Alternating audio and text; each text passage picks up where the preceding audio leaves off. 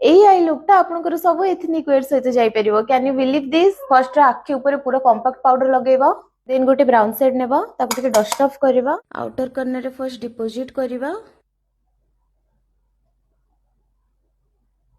Deposit करि सरला परे इनर कॉर्नर आड़ को टिके एमती ब्लेंड करबा,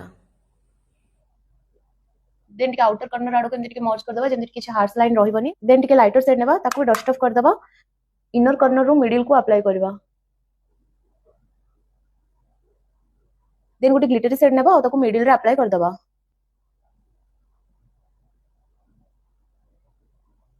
देन ताको टिके मर्ज कर देबा, देन टिके हाइलाइटर नहीं कि ताको टिके इनर कॉर्नर रे दे देबा, देन टिके लाइनर अप्लाई करबी। आपण सेमती भी चाहिले रखि परिबे, बट मु टिके लाइनर अप्लाई करूची। लोअर आईलिड रे आपण काजल भी अप्लाई करबे, बट मु टिके एटा ही अप्लाई कर देबी। देन मस्कारा अप्लाई करके लुक को कंप्लीट कर देबे।